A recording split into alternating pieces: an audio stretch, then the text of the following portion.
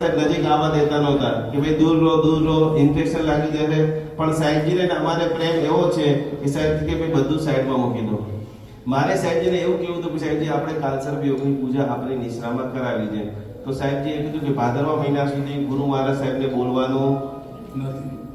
આ સત્ય સાચી વાત છે હા, સાહેબજી. બરાબર. તો મેં કીધું કે યાર હવે મારે પૂજન તો કરાવવું છે, હું આવ્યો છું એકચ્યુઅલી સંકેશ્વરથી સ્પેશિયલ સાહેબજીને વિનંતી કરવા. પછી 1 મિનિટ માટે મેં કીધું ભગવાન બહુ જ ઈચ્છા છે અને સાહેબજી સાથે ખબર નહીં પૂરું ઋણાનુબંધ હશે, અમને પણ અમે આવીએ જેવા એટલે એટલો બધો પ્રેમ આપે છે, એટલી બધી વસ્તુઓ, એટલું બધું જ્ઞાન આપે છે જેનું કોઈ મૂલ્ય નથી. 1 સેકન્ડ માટે પરમાત્માને પ્રાર્થના કરી ગમે તેમ થાય અને જો સાહેબજી હા પાડી દે તો મજા આવી જશે. અને એ સાહેબજીની હા એ આપણા બધાનો ચમત્કાર છે.